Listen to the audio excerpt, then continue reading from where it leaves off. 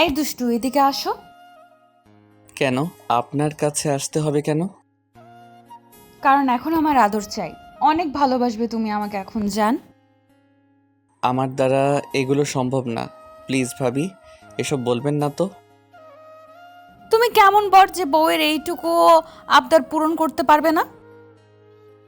দেখেন ভাবি, যেখানে আমি বিয়েটাই মানি না সেখানে আবার আপনাকে আদর করব, এটা তো ভাবা একটা পাগলামি, তাই না?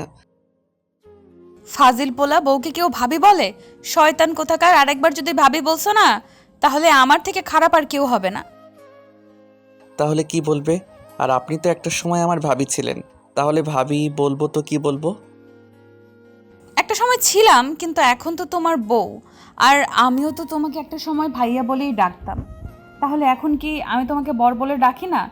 জানু, সোনা, কলিজা, বেবি, টিয়া, ময়না, কত কি বলে ডাকি। যেখানে বর বউকে এতগুলো বলে ডাকে, সেখানে আমি তোমাকে এগুলো বলে ডাকি। তাহলে তুমি আমাকে একটু ভালোবেসে কাছে আসতে পারবে না? একটু এগুলো বলে রাখতে পারবে না সোনা? আমি কি খুব বেশি চেয়ে ফেলেছি তোমার কাছে, বলো? কি? এটাকে কি ডাকলো সেটা আমার দেখার বিষয় না। আমি আপনাকে এগুলোর নামে ডাকতে পারবো না, আর আপনার এসব আজে বাজে আবদার পূরণ করতে পারবো না, সেটা আমার কাছে শেষ কথা। আর আমি তো আপনাকে বলেই দিয়েছি, আমি আপনাকে ভালোবাসি না। যেখানে আমি আপনাকে বিয়েটাই করতে চাইনি সেখানে আপনাকে মেনে নেওয়ার প্রশ্নই আসে না। আজ না হয় কাল তো তুমি আমাকে মেনে নিবে। তাহলে এখন থেকেই মেনে নিলে কি সমস্যা, বলো? আর বিয়ে তো হয়েছে আজকে প্রায় 3টা মাস। প্রথমে তো আমিও তোমাকে মেনে নিতে চাইনি। তারপর যখন তোমার মনোমুগ্ধকর ব্যবহার, আমার প্রতি কেয়ারিং, আমার প্রতি ভালোবাসাটা বেড়ে যাচ্ছিল, তখন আমি তোমাকে দূরে রাখতে পারিনি। তাহলে তুমি আমাকে একটু ভালোবাসতে পারবে না সোনা? দেখেন ভাবি, আপনি পাগলামিটা করে কখনো আমার ভালোবাসাটা পাবেন না। আমি তো আপনাকে বলেছিলাম আমি বিয়েটা করব না। তাহলে আপনি জানতেন যখন যে আমি আপনাকে ভালোবাসতে পারবো না, আপনি আমার থেকে ভালোবাসাটা পাবেন না, যেটা আপনি আপনার স্বামীর থেকে পেতে চান, তাহলে কেন এরকমভাবে আমাকে বিয়ে করলেন? রিফাত কথাটা বলে শেষ করতে পারল না।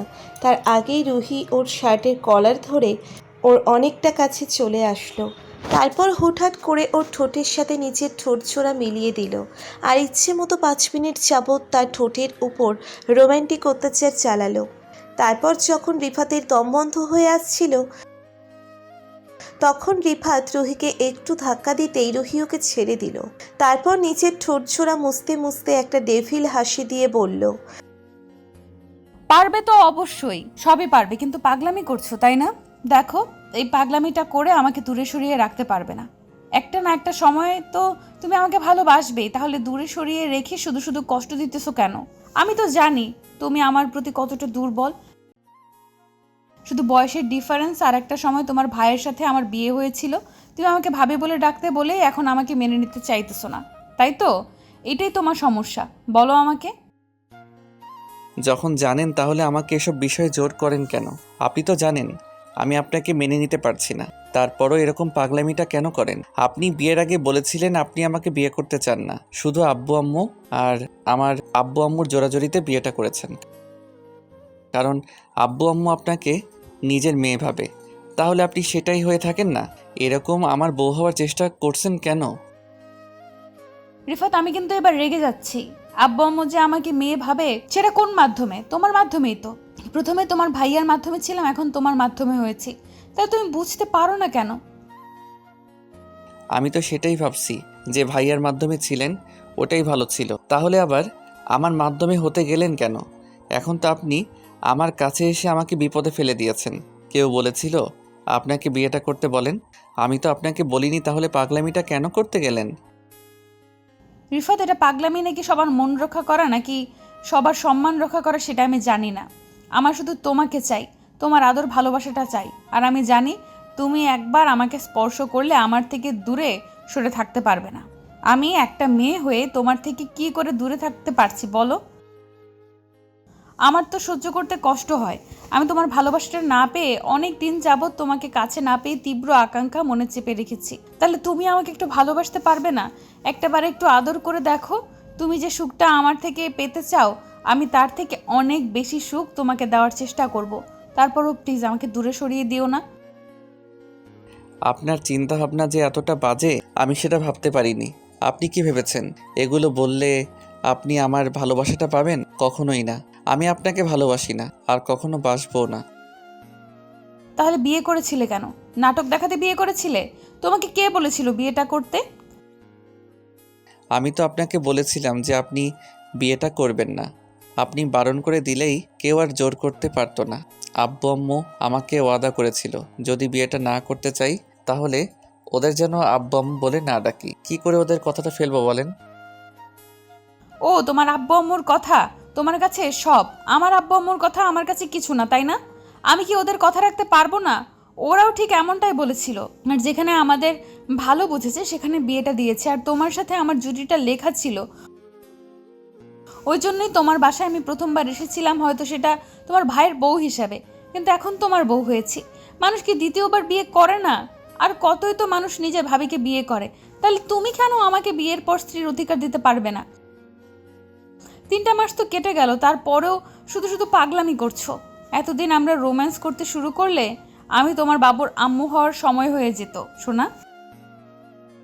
রুহি কথাটা বলেই রিফাতের বুকে মুখ লুকালো।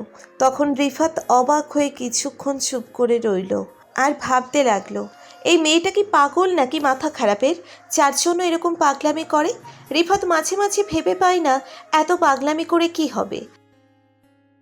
রিফাত চুপ করে আছে দেখে রুহি ওকে সারিয়ে নিল। তারপর ওর মুখের দিকে তাকিয়ে বলতে লাগলো, রিফাত, তুমি আমাকে কখনোই ভালোবাসবে না, তাই না? আমাকে দূরে সরিয়ে দিয়ে তুমি ভালো থাকতে পারবে তো? তাহলে আমাকে সেটা বলে দাও, সরাসরি বলে দাও। আমি আব্বু আম্মুকে বলে বাসা ছেড়ে চলে যাব। আর ভয় নেই, বাসায় যাব না। বাসায় গেলে তুমি তো সেখান থেকে আমাকে নিয়ে আসবে জোরপূর্বক, তাই না? সমাজের মানুষ কি বলবে, তোমার আব্বু আম্মু কি বলবে সেটা ভেবে তুমি আমাকে নিয়ে আসবে। এখান থেকে অনেক দূরে চলে যাব, যেখানে গেলে তুমি আর আমাকে খুঁজে পাবে না। আর আমার তোমার ভালোবাসা পাওয়ার মতো কোনো ইচ্ছাই থাকবে না, না থাকবে অনুভূতি। প্লিজ আমাকে দূরে সরিয়ে দিও না। একটা বার অন্তত ভালোবেসে দেখো, অন্তত আজকের দিনটা আমাকে দূরে সরিয়ে দিও না। একটু কাছে টেনে নাও। আমি থাকতে পারতেছি না তোমার আদর ভালোবাসা না পেয়ে। কেমন যেন লাগছে আমার, প্রচণ্ড পরিমাণে খারাপ লাগে যখন তুমি আমাকে ইগনোর করো। ইগনোর এই জন্যই করি কারণ আমি আপনাকে ভালোবাসি না।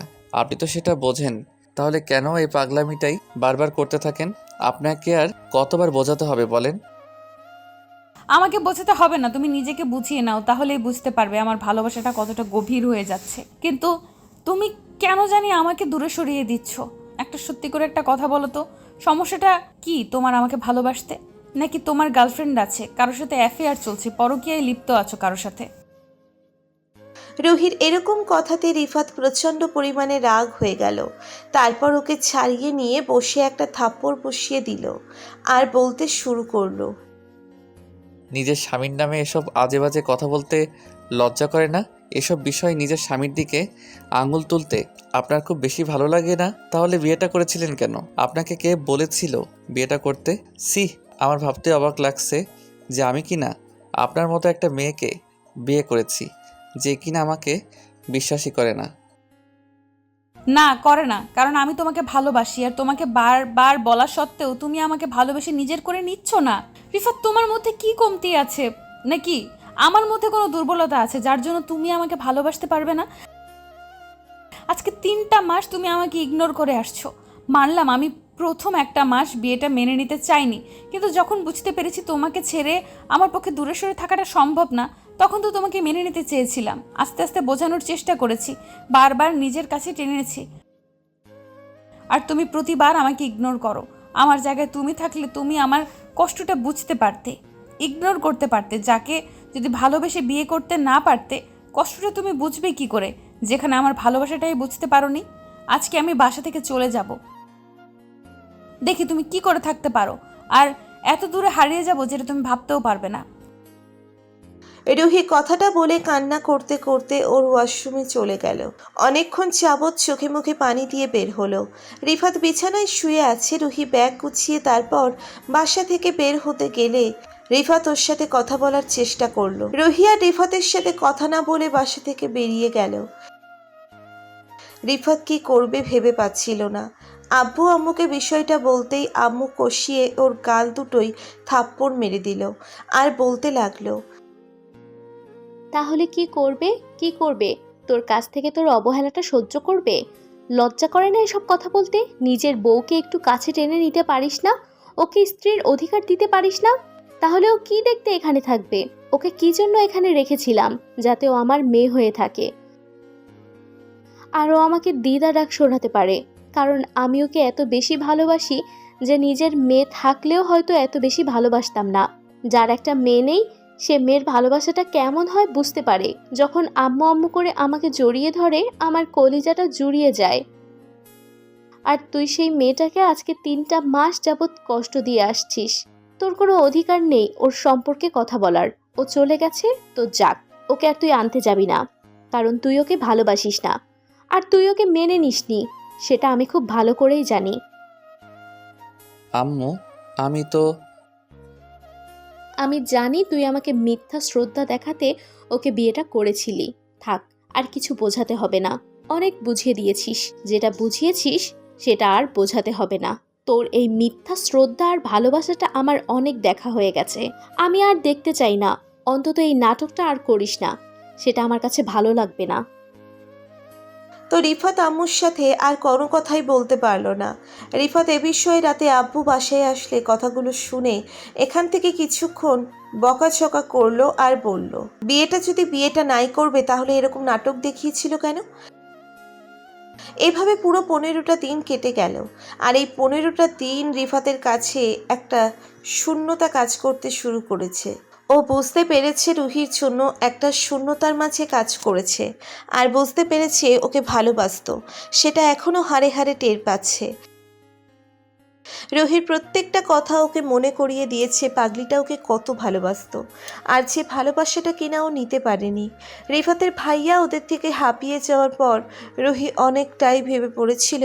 রুহি ওদের বলেছিল রিফাতের ভাইয়া ওকে ভালোবাসতো না, অন্য একটা মেয়ের সাথে বিয়ের পর সম্পর্ক রেখেছিল, যার জন্য রুহিকে টর্চার করত।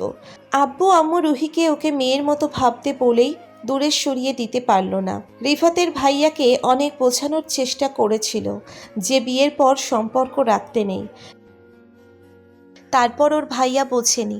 আর তারপর যখন ওর ভাইয়া ওই মেয়েটাকে নিয়ে দূরে হারিয়ে যায়, তখন রুহি বিষয়টা জানতে পারে।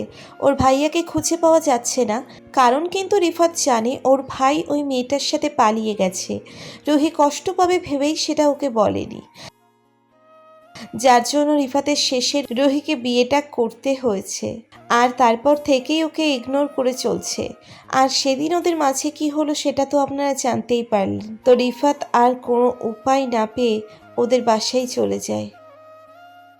ওর আব্বু আম্মুর সাথে কিছুক্ষণ কথা বলে রুহির রাগ ভাঙানোর জন্য রুমে যায়। গিয়ে দেখে রুহি বালিশে মুখ গুজে কান্না করছে। তখন ওর কাঁধের উপর হাত রাখতেই রুহি তাড়াহুড়ো করে উঠে বসে আর ওর দিকে তাকায়। তারপর ওকে দেখেই একবার তাকিয়ে বলতে আরম্ভ করে, তুমি কেন? কোনো সন্দেহ আছে? আমি তোমার বর, তোমাকে নিতে আসছি।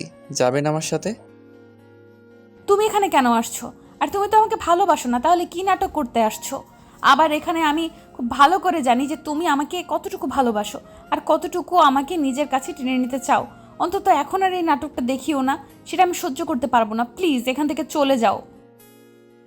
হ্যাঁ যাব, গেলে তোমাকে নিয়ে যাব। আমার বউটাকে এখান থেকে না নিয়ে আমি যাব ভেবেছো?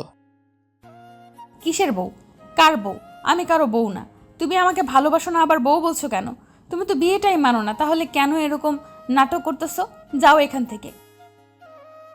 কে বলেছে মানি না? এখন মানি তো, আর অনেক বেশি ভালোবাসি, থাকতে পারতেছি না তোমাকে ছাড়া। ওই জন্যই তো তোমাকে নিতে চলে আসছি। আরও কিছু আমি রিয়েলাইজ করতে পেরেছি। আমার বউটা আমাকে পাগলের মতো ভালোবাসে, আর আমিও তাকে নিজের করে নিতে চাই, কাছে পেতে চাই।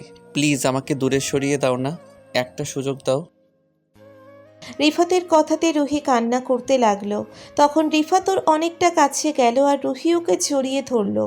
তখনই রিফাত ওকে জড়িয়ে ধরে মাথায় হাত বোলাতে লাগলো। একটা সময় রুহি বলতে লাগলো, কখন আমাকে কষ্ট দিবে না তো? যদি দাও তাহলে কিন্তু আমি সত্যিই মরে যাব। রুহি কথাতেই রিফাত ওর বুকের সাথে শক্ত করে জড়িয়ে ধরল। তারপর কিছুক্ষণ অবধিও কান্না থামানোর চেষ্টা করে একটা সময় যখন কান্না থামলো তখনই রিফাত ওর সারা মুখে কিস করে দিল। রুহি ওকে শান্ত করার জন্য ওর ঠোঁট দিয়ে বন্ধ করে দিল। তারপর আর কি, যেটা হবার সেটাই হলো। এখন আপনারা সাইডে কেটে পড়েন, আর এখানে থাকাটা ঠিক হবে না।